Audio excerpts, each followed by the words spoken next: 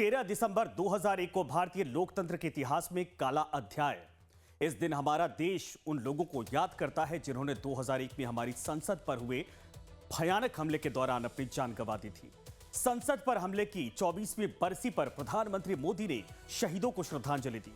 PM Modi के अलावा उपराष्ट्रपति सोनिया गांधी, राहुल गांधी समेत तमाम नेताओं ने शहीदों को याद कर उन्हें श्रद्धांजलि अर्पित की। पीएम मोदी ने ट्वीट कर शहीदों को याद किया और पीएम मोदी ने लिखा कि इस दिन हमारा देश उन लोगों को याद करता है जिन्होंने 2001 में हमारी संसद पर हुए भयानक हमले के दौरान अपनी जान दे दी थी। गंभीर खतरे का सामना करते हुए उनकी हिम्मत, सतर्कता और कर्तव्य के प्रति अटूट भावना कमाल की थी। भारत उनके सर्वोच्च बलिदान के लिए हमेशा उनका आभारी रहेगा। प्रधानमंत्री ने ट्वीट करके उन 9 शहीदों को याद किया जिन्होंने देश पर इतने बड़े हमले को नाकाम कर दिया था। लोकतंत्र के सबसे बड़े मंदिर पर जो काली परछाई पड़ने वाली थी, जो काली करतूत आतंकवादियों की थी, पाकिस्तान की नापाक चाल थी, उसको एक तरह से अपनी जान, अपनी कुर्बानी, अपना बलिदान देकर उन्होंने इसको विफल कर दिया था। अपने प्राणों हमें अशोक चक्र से सम्मानित शहीद जगदीश प्रसाद यादव, शहीद मातबर सिंह नेगी, शहीद कमलेश कुमारी,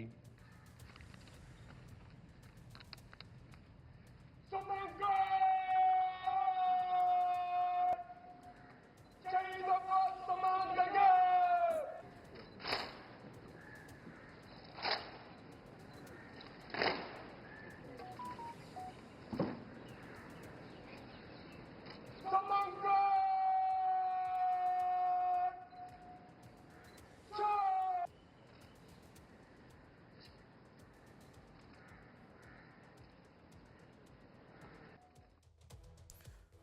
चार तस्वीरों के जरिए आपको दिखाते हैं कैसे प्रधानमंत्री मोदी और उपराष्ट्रपति सोनिया गांधी, राहुल गांधी, प्रियंका ने संसद के शहीदों को श्रद्धांजलि अर्पित की।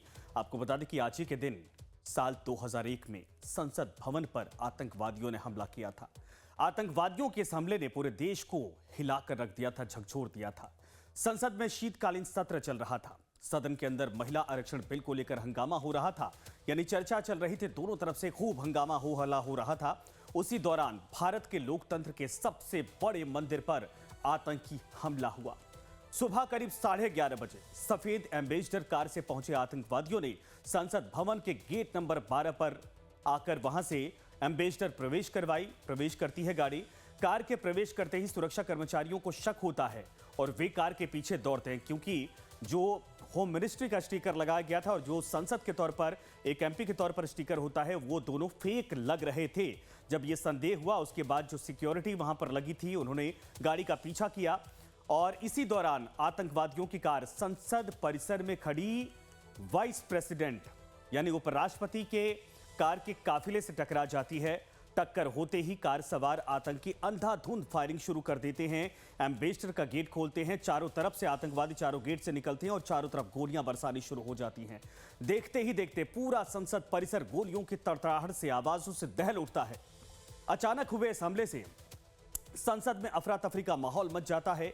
एजेंसियों ने तुरंत अलर्ट जारी किया और सीआरपीएफ की बटालियन ने मोर्चा संभाल लिया। संसद परिसर में जब गोलियां चल रही थी, उस वक्त संसद भवन में गृह मंत्री लाल कृष्ण आडवाणी समेत कई बड़े नेता और बड़े पत्रकार भी मौजूद थे।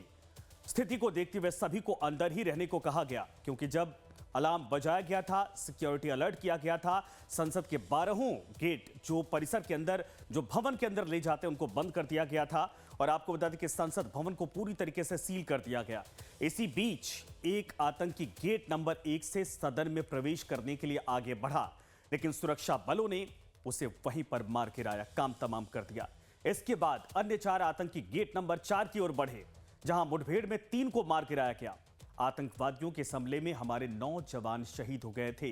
गेट नंबर 1 से गेट नंबर 5 के बीच में ये जितनी एक्टिविटी उस दौरान हुई, हमारे जवानों की वजह से, हमारे शहीदों की वजह से, ये आतंकवादी जिन मंसूबे के साथ आए थे, कहा जा रहा कि तमाम जो नेताओं को ये हाईजैक, एक तरह से कहा जाए कि बंधक बनाने आए थे और ये बहुत बड़ा हमला था, क्योंकि लुटियंस जोन में सबसे सिक्योर जो इलाका माना जाता है, उस इलाके में घुसकर इन्होंने इस आतंकी हमले को अंजाम देने की कोशिश की थी।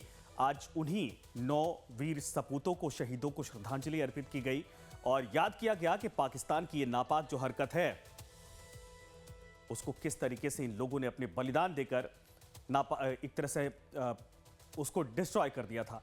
इधर बीजेपी सांसद मनोज तिवारी ने भी संसद के शहीदों को श्रद्धांजलि दी और वीर जवानों को याद किया। क्या कुछ कहा है आप सुनिए। आंखें नम हो जाती हैं।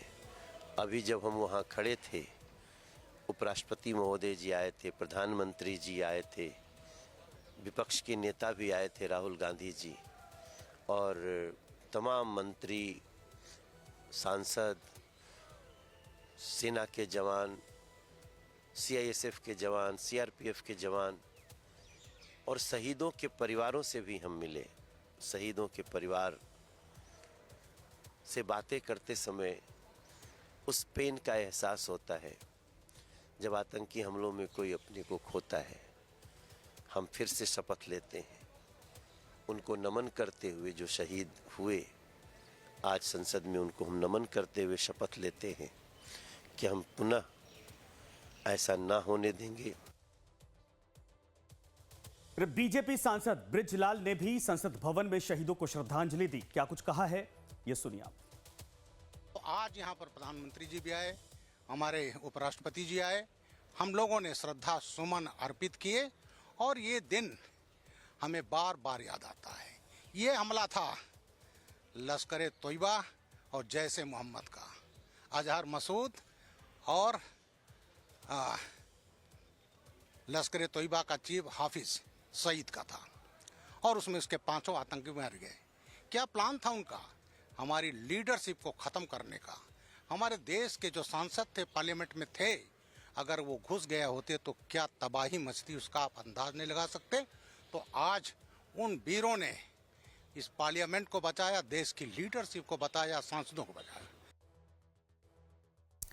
उन शहीदों की शहादत को इन नेताओं की तरफ से जिस तरीके से बताया जा रहा है, वो आप समझिए कि अभी भी उसमें उस मौके को, उस हालात को अगर इमेजिन करेंगे तो आपको पता चलेगा कि कितनी बड़ी ये साजिश थी और माहौल क्या रहा होगा। देश के तमाम बड़े नेता उस वक्त संसद भवन के अंदर मौजूद थे। कांग्रेस नेता राजीव शुक्ला ने संसद आतंकी हमले में शहीद जवानों को श्रद्धांजलि दी। राजीव शुक्ला ने आतंकी हमले को याद करते हुए क्या कुछ कहा, ये सुनिए। आज का दिन संसदीय इतिहास का एक बहुत ही दुखद दिवस है। इस दिन इसी संसद में मैं भी सदस्य था। जिस तरह से आतंकवादियों ने हमला किया था, बहुत बड़ा उनका मकसद था और हमारे इनकी सराहना करनी होगी, हमारी सुरक्षा बलों की और हमारे साथ जो स्टाफ यहाँ पे रहता संसद में उनका, कि उन्होंने पूरा मुकाबला लिया। उनकी जान चली गई, लेकिन उन्होंने सारे जो है आतंकवादियों को धराशायी कर दिया।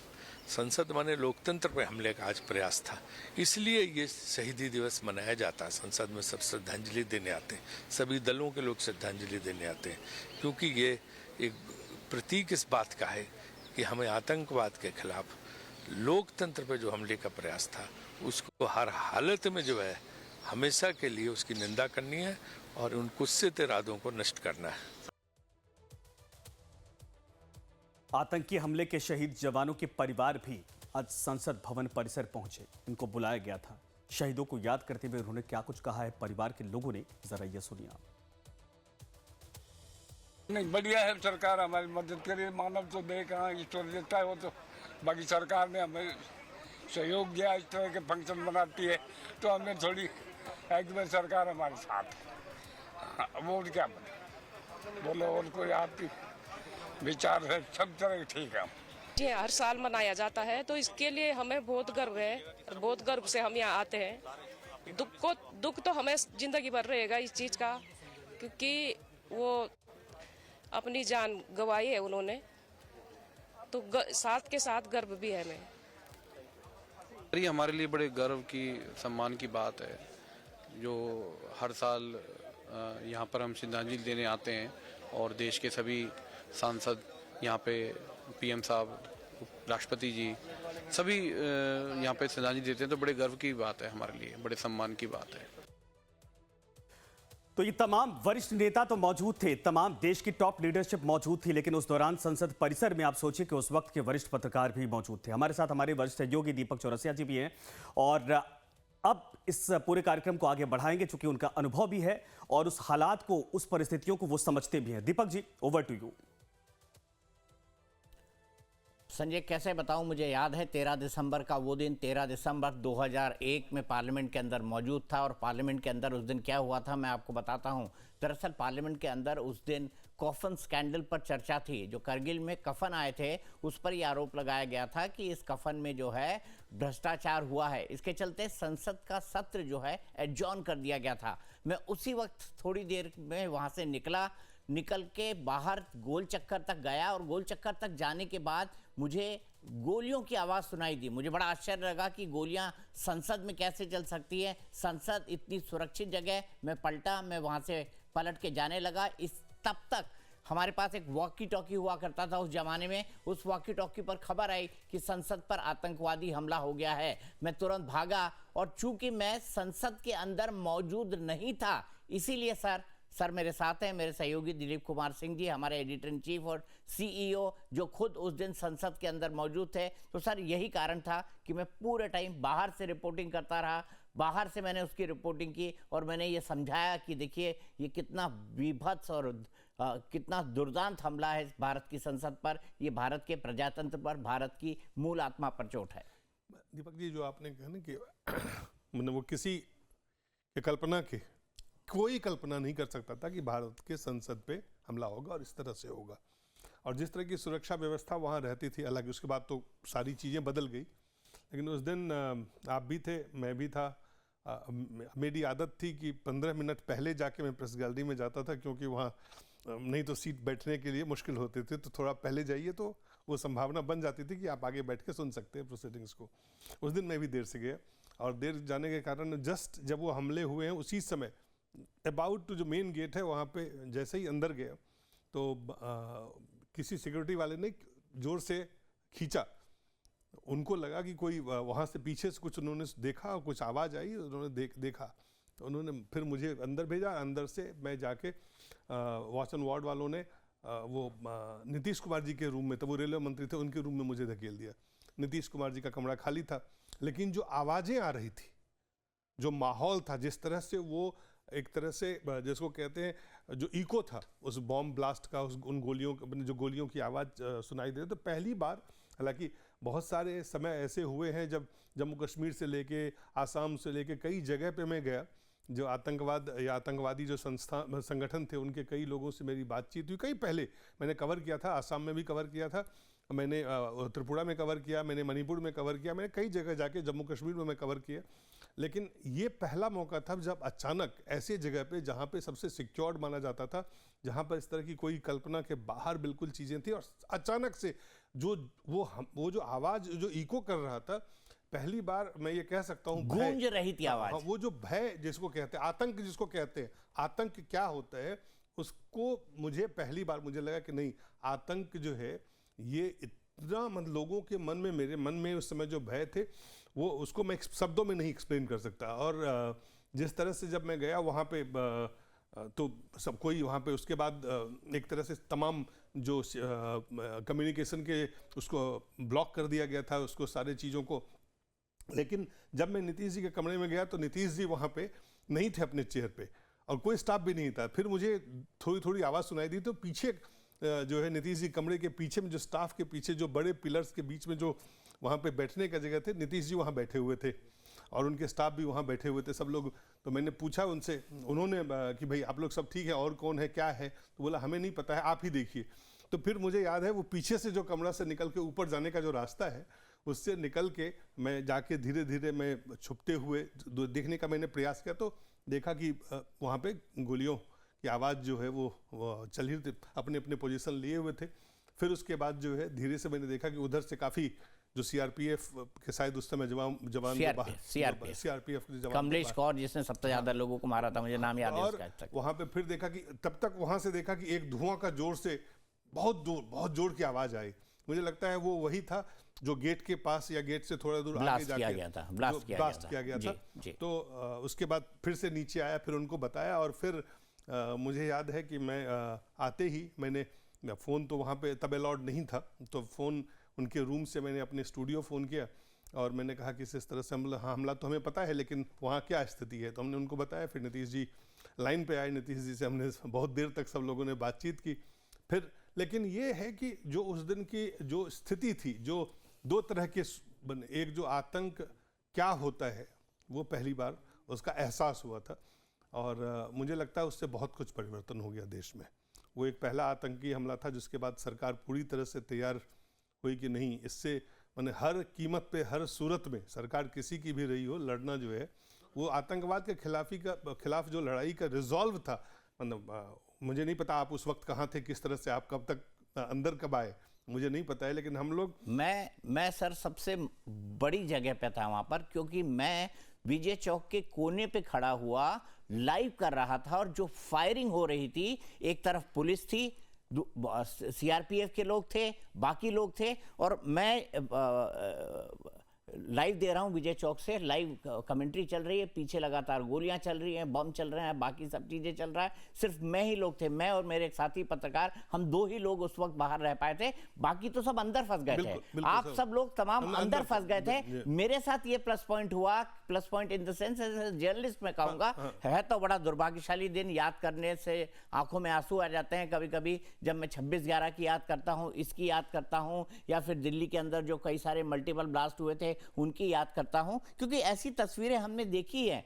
तो वहां पे मैं खड़ा हुआ था, वहां से मैं रिपोर्टिंग कर रहा था, और मैंने देखा 3 पुलिस वाले, जिसमें एक डीसीपी तब के, एसीपी तब के प्रभाकर भी शामिल थे। ये तीनों लोग जो हैं एम करके बंदूक लेके खड़े थे, और मेरी फ्रेम के अंदर वो तीनों दिखाई दे रहे थे, और जो पीछे ब्लास्ट हो रहे थे, जो कृष्णकांत, क्योंकि आप विजय चौक का देखते हैं तो जो कृष्णकांत उपराष्ट्रपति हैं, जिनके ऑन्ट्रेस पे सबसे पहली बार हमला हुआ था, उनके ही दरवाजे से सबसे ज्यादा धूम धड़ाक धूम धड़ाक धूम धड़ाक आवाजें आनी थी। और जब मैं घूम के जा रहा था विजय चौक की तरफ, तो आपको पता है हम रेलवे भवन के सामने से जाते हैं, आपको याद होगा संसद का जो पुराना रिसेप्शन होता था गोल वाला, वो विजय चौक के साइड से था, और विजय चौक से मैं जब गुजर रहा था तब मैंने देखा कि एएनआई का जो कैमरामैन था उसको टांग कर निकाला जा रहा है बाहर, और उसको गोली लगी थी बाद में, जिसका दुखद देहावसान हो गया है। तो मैं उस दिन को भूल नहीं सकता, लेकिन हाँ, एज ए जर्नलिस्ट के तौर पर बोलूंगा कि बहुत सारी कॉन्फ्लिक्ट सिचुएशन के अंदर काम किया है, लेकिन ऐसा आतंक कोई दिल्ली के अंदर फैला जाएगा, ऐसी कल्पना किसी ने नहीं की थी। आप बताइए सर, उसके बाद क्या हुआ आपके साथ? तो मैं आपको बताऊंगा, क्योंकि मैं तो वहां पर रात तक खड़ा रहा था। फिर नीतीश जी के तो मुझे घर से मेरे मित्र थे, उन्होंने फ़ोन किया मेरे पत्नी को कि मेरे पत्नी ने उनको फ़ोन किया कि क्या है, पार्लियामेंट का हमला हो रहा है और हमने अभी सुना है, क्या है, दिलीप के बारे में कोई जानकारी है? तो उन्होंने कहा टीवी आप ऑन कर लीजिए, अगर जिंदा होगा तो टीवी पे होगा। उन्होंने थोड़े से लाइट में, लेकिन वाकई तब टेलीविज़न ऑन किया तो नीतीश कुमार जी के साथ ही मैं लगातार उनके साथ बातचीत, क्योंकि वही बैठे हुए थे, उनके बाहर तुरंत निकलने के लिए इजाज़त थी नहीं, उन्होंने बाहर से बंद किया हुआ था। फिर मुझे लगता है काफ़ी देर के बाद, 30 या 40 मिनट के बाद उन्होंने उसको खोला, तो फिर सब लोग बाहर गए, फिर देखना शुरू किया। और जो 2 तरह के, मैंने जितने चेहरे थे, जितने भी लोग थे, बारिंग नन, मुझे कोई याद नहीं है जिनके चेहरे पे मैंने भय नहीं देखा, जिनके चेहरे पे मैंने डर नहीं देखा, आतंक नहीं देखा। लेकिन एक जो बहुत महत्वपूर्ण चीज़ थी, वो एक इंसिडेंट ने, मुझे लगता है पक्ष विपक्ष निष्पक्ष जितने भी लोग थे सबको यूनाइट कर दिया कि नहीं, एनफ इज़ एनफ वाली जो स्थिति होती है कि आप you can not take it lying down, आप ऐसे बस इसको ले नहीं सकते हैं। जो मुझे और मुझे लगता है उसके बाद तो फिर सब लोगों ने रिपोर्ट करना, सब लोग आना, सबके जहाँ जो लोग थे, कुछ लोग ऐसे थे जरूर जो कहते, जिनको कहते हुए ने सुना कि अरे फिर भी सब लोग बच गए। लेकिन मुझे लगता है कि जो सबसे ज़्यादा वॉच एंड वार्ड के जो लोग थे, मुझे लगता है उन्होंने जो शहादत दी, उनकी जो शहादत है उनको मैं याद करना चाहूँगा। जो सुरक्षा बल थे उनको मैं याद करना चाहूँगा। मीडिया के ज़्यादा से ज़्यादा लोग, मैंने कोशिश किया, एक कैमरामैन बाद में वो अलग चैनल में चला गया, मान करके एक लड़का था, मान मेरे साथ काम किया, मान वहाँ था, हमारे 2 कैमरामैन थे, एक उसमें से वो निकल लिए जब आवाज़, वो थोड़ा बाहर चले गए, लेकिन मान वहाँ लेटा रहा। और मैं मान लगातार वो तस्वीरें, वो फुटेज, मुझे लगता है rarest of the rare footage में से वो फुटेज उस समय हम लोगों को मिला था, कि जिस तरह की गोलियां चल रही थी, जिस तरह से ये लोग आगे बढ़ रहे थे, और जिस तरह से सुरक्षा बल और खासकर वॉच एंड वार्ड वालों के पास एक तरह से हथियार नहीं होते, ना बिल्कुल नहीं होते। बिना हथियार का जो उनकी, मतलब वो एक ऐसा पक्ष है, संसद पे जो हमला हुआ, मुझे लगता है वो अद्भुत वीरता और उनके शहादत को मैं नमन तो करता ही, हर देशवासी ही कर रहा है, लेकिन मुझे लगता है उस तरह के बलिदान, वो सर्वोच्च बलिदान मैं इसलिए कहूँगा कि आपके पास कोई भी किसी भी तरह का हथियार नहीं होते हुए भी आपने इस चीज़ को, हमले को रोका और सबको बचाया, सबको बचाया। और सर, बचने का सबसे बड़ा कारण क्या था? बचने का सबसे बड़ा कारण भी मैं आपको बता देता हूं, क्योंकि हुआ ये था कि संसद जो है गोल सी एक पूरी की पूरी बाउंड्री है, 12 गेट हैं चारों तरफ, उसके 12 गेट हैं जिससे अलग अलग लोग निकलते हैं। एक से प्रधानमंत्री निकलते हैं, एक से कैबिनेट मिनिस्टर निकलते हैं, एक से सांसद निकलते हैं, एक से राज्यसभा के लोग निकलते हैं, एक से उपराष्ट्रपति निकलते हैं, ऐसे कई सारे गेट हैं। ऐसे एक से लीडर ऑपोजिशन निकलते हैं। तो इन तमाम गेट्स के बीच जो है ये लोग आए, अंदर आए। मैप होता तो मैं आपको समझाता। मैप से ये लोग आगे की तरफ बढ़े, घुस के आगे की तरफ बढ़े। उन्होंने कांग्रेस कार को जोर से रिवर्स किया। रिवर्स करने के बाद एक कृष्णकांत के सामने की तरफ गए, और कृष्णकांत के सामने की तरफ जाने के बाद जब उनको कुछ नहीं सूझा तो उन्होंने लगातार गोलियां चलानी शुरू कर दी और ये फाइट शुरू हो गई।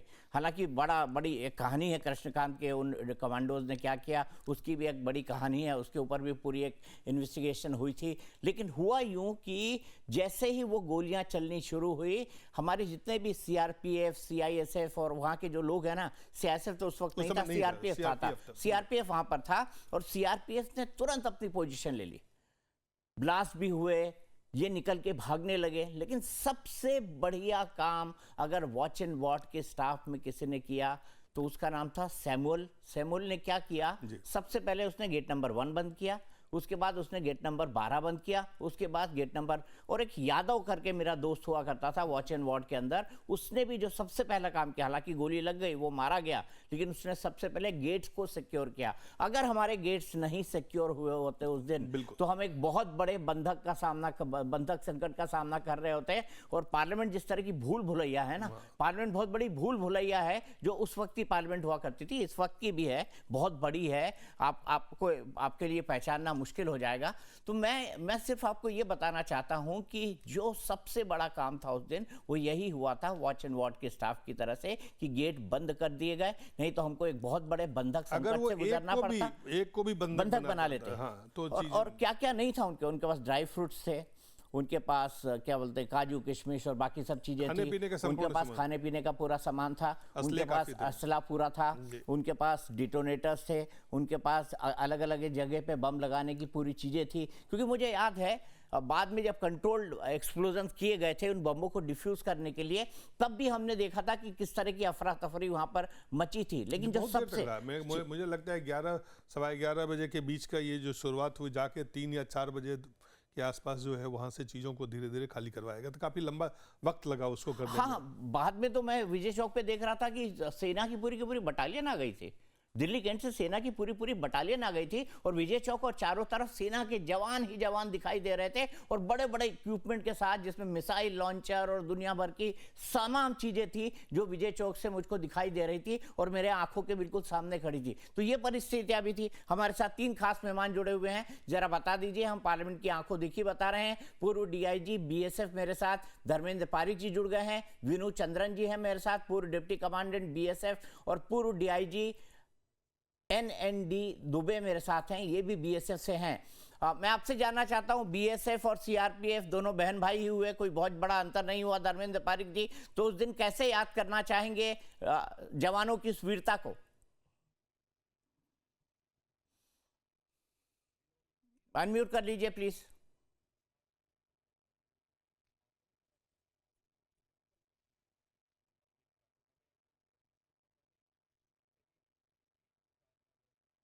हाँ, आवाज आ रही है आपको? जी, अब आ रही है।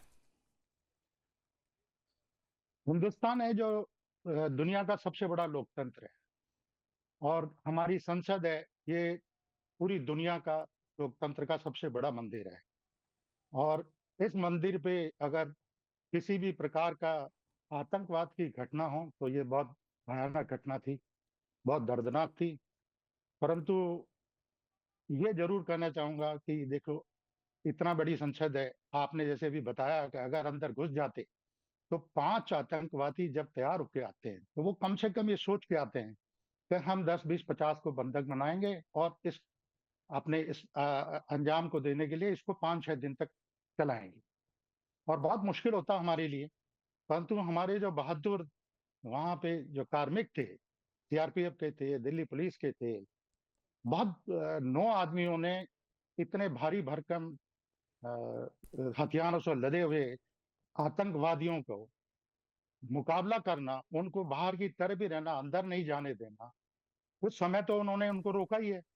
उस रोकने के समय तक दरवाजे वरवाजे सब अलर्ट हुए हैं, बंद हुए हैं। तो ये बहुत बड़ी बहादुरी का प्रतीक है। और ये आज का दिन हम, एक दुख का दिन भी है, एक दर्द का दिन भी है। मैं आज उन सबको भी, बहादुरों को अपनी विनम्र श्रद्धांजलि अर्पित करना चाहता हूँ। और साथ में ये दिन, आज ऐसा दिन है जो हम कभी भी भुला नहीं पाएंगे। मुझे तो लगता है हम क्या, पूरी दुनिया नहीं भुला सकती कि किसी सबसे बड़े लोकतंत्र के मंदिर के ऊपर कोई आतंकवाद की घटना हो। तो ये बहादुरी का एक बहुत ऊंचे दर्जे का हमारे जितने शहीद जवान और जो साथी हैं उनका प्रतीक है। और सबसे अच्छी बात इसमें लगी कि देखो, हमारी वो जो सीआरपीएफ की लेडी कांस्टेबल थी, कमलेश कुमारी, वो जो सबसे पहले व्यक्ति थी जिसने अलर्ट, हाँ कमलेश कुमारी जी, जिन्होंने सबसे पहले एक अलर्ट रेज किया। बहुत हिम्मत की बात है। जब गोली सामने चलती हो और आतंकवादी दिखाई देता हो, आदमी की सांस रुक जाती है, होश खो जाता है। पर उस महिला ने इतना बड़ा तुरंत अलर्ट रेज किया, और उस अलर्ट के रेज के कारण सब जने एकदम अलर्ट हुए और सभी जने अपनी उस पोजीशन में आ गए कि हम आज ये कह रहे हैं कि हमारा संसद बिल्कुल सुरक्षित रही, हमारे जितने राजनेता थे सब सुरक्षित थे। ठीक है, मैं सीधे चलता हूं। हमारे साथ दुबे साहब भी जुड़े हुए हैं। दुबे साहब, मैं आपसे जानना चाहूंगा, आज क्या कहेंगे अपने उन शहीदों के बारे में जिनको हम पिछले 24 साल से सलाम कर रहे हैं, अब तो सिर्फ स्मृति ही शेष है।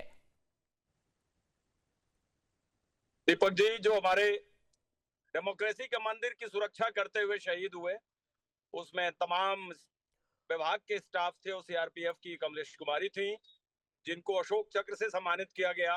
मैं इन सारे शहीदों को नमस्कार करता हूं, क्योंकि पार्लियामेंट की बुनियाद में इनका लहू है। अगर इनका लहू उसमें शामिल था तो शायद पार्लियामेंट की सुरक्षा के बारे में आज हमें बात न कर रहे होते। दूसरी बात रही कि सीआरपी की उस महिला ने पार्लियामेंट अटैक में सर्वोच्च बलिदान दिया, लेकिन उस हमले को अंजाम देने वाले गाजी बाबा को मार गिराने में जो बीएसएफ की टीम थी, उसमें बीएसएफ के जवान बलबीर ने सर्वोच्च बलिदान दिया, जिन्हें शौर्य चक्र से नवाजा गया। उन्हें भी हम याद करते हैं। और लाइटर सेंस में बीनू चंद्रन है बॉक्स में, इनसे पूछिए, गाजी बाबा से हैंडशेक कराने में इनका बहुत बड़ा योगदान है। उसके हाइड आउट का ग्लास इन्होंने तोड़ा था। He will tell you how that Pakistani terrorist Jaish e Mohammed Ghazi Baba was killed. This is my take today. Chandran sahab, बताइए मुझे कि कैसे आपने गाजी बाबा तक पहुंचे और कैसे उसके हाइड आउट को एक्सपोज किया, क्योंकि गाजी बाबा ही था जो पार्लियामेंट अटैक का मास्टरमाइंड में से एक था।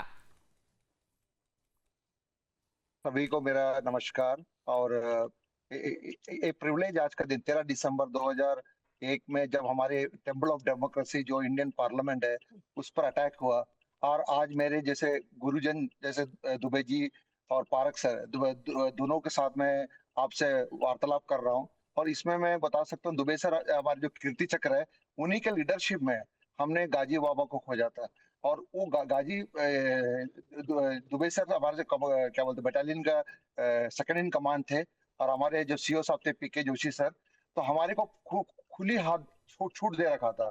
हम लोग सिटी में करण नगर में रहते थे, और उसमें यंग असिस्टेंट कमांडेंट था मैं, हिमांशु गौड़, सुनील कौशिक, हम लोग सबको फुल छूट दे रखा था दुबे सर। और हमारे रोज रात दिन हंट रहता था कि पार्लियामेंट अटैक और जम्मू कश्मीर असेंबली जो अटैक किया था गाजी बाबा, क्योंकि गाजी बाबा उस समय सबके लिए एक किंवदंती बन चुका था। सर जहां जाओ कहीं भी जाओ गाजी बाबा गाजी बाबा गाजी बाबा। तो हमें ये लगा कि अरे गाजी बाबा है या मिथ है या कोई क्रिएटेड इमेज है, क्योंकि ऐसा भी होता है। और ये पार्लियामेंट अटैक है, इसको आप समझोगे तो चेचनिया में इस प्रकार के अटैक रशियन फोर्सेस के खिलाफ किया था और बहुत लंबी कैजुअलिटी लिया था। और हम लोग उतना क्रेडिट नहीं देते जितना हमें देना चाहिए। अभी मैं धुरंधर मूवी देखा था, उसमें कमलेश कुमारी का बिल्कुल अच्छे से दिखाया गया था उस मूवी में, तब वो याद तरोताजा हो गया।